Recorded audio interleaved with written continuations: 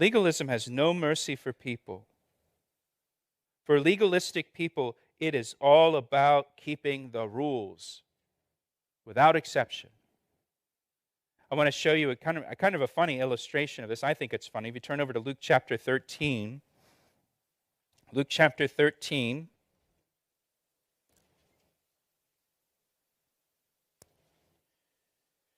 Luke chapter 13, beginning in verse 10. Now Jesus was teaching in one of the synagogues on the Sabbath. Luke chapter 13, verse 10. Jesus was teaching in one of the synagogues on the Sabbath, and behold, there was a woman who had a spirit of infirmity. So she has an infirmity that is actually caused by a demon here. She's had it for 18 years, and she was bent over and could in no way rise herself up. But when Jesus saw her, he called her to him and said to her, "Woman, you are loosed from your infirmity." And he laid his hands on her, and immediately she was made straight and glorified God. Amazing healing here, right in the middle of their church service.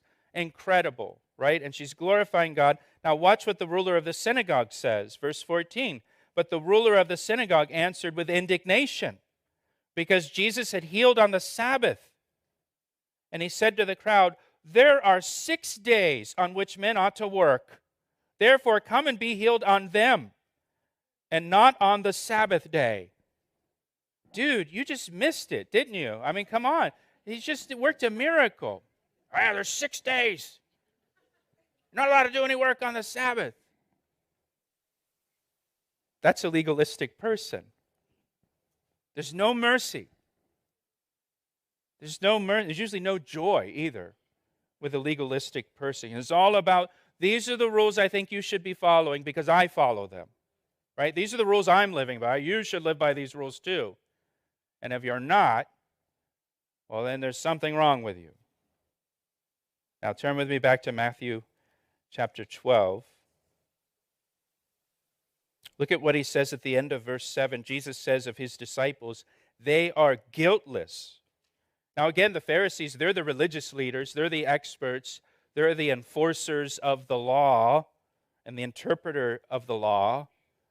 Jesus was just a carpenter, or so they thought. And Jesus said to the Pharisees, "You're wrong. My disciples are guiltless. They didn't break God's law, and your man-made rules don't matter. They've done nothing wrong." And then he said, "For the Son of Man is Lord even of the Sabbath." Now, question. Remember back to Genesis chapter 2, Exodus chapter 20. Who instituted the Sabbath? God. God instituted the Sabbath. So who is Lord over the Sabbath? God. Here Jesus says he is Lord over the Sabbath. Again, he is making a straightforward claim of deity. He's saying, I'm the Lord of the Sabbath. I created it. Since it's my thing, I get to decide what is permitted on the Sabbath. And I say my disciples are guiltless. So now we have another confrontation in verse 9 over the Sabbath. This one's in a synagogue, probably in Capernaum. Now when he had departed from there, he went into their synagogue. Luke's account tells us he was teaching in the synagogue. And behold, there was a man who had a withered hand. And they asked him, saying, "Is it lawful to heal on the Sabbath?" that they might accuse him. Now, Luke's gospel tells us it was his right hand, which is important because in that culture, you used your right hand to do everything. You never used your left hand except for unclean things. And so his right hand is withered. He can't use his right hand anymore. So he can't, he can't be in social settings. He can't be, go to someone's house to eat dinner with them because he can't use his right hand to pick up his food.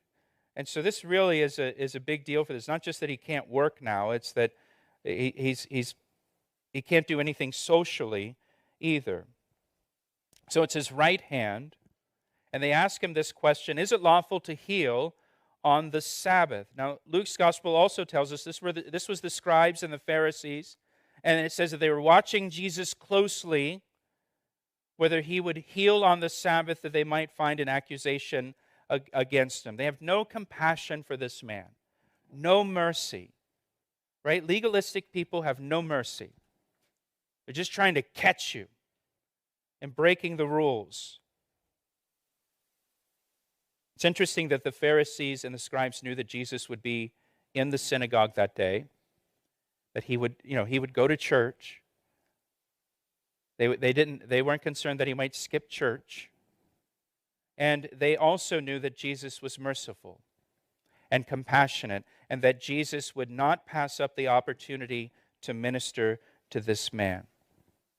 And let me just say to you, listen, if you're here today and you have some kind of need, of whether that's a physical need or an emotional need or a spiritual need, Jesus sees you.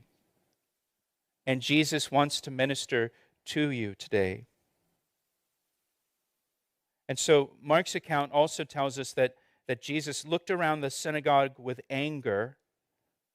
He was grieved by the hardness of their hearts.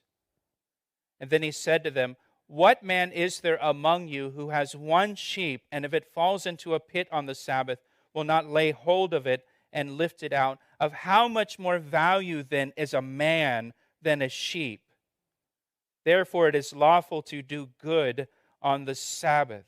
Mark's gospel tells us that when Jesus said this, the crowd was silent. They just sat there silently as Jesus rebukes them. And that every person there would get their sheep out of the ditch on the Sabbath day. But they weren't willing to get a human being out of a ditch who's got this injury. A person who was created in the image of God, who's sitting in their synagogue, who's sitting in their church service. They're not going to help that guy. They cared more about animals than human beings. And hey, we live in a culture where some people care more about animals than human beings. We live in a culture where we have laws against killing an unborn animal, but not killing an unborn human being who is made in the image of God. That is a sign that our culture is upside down.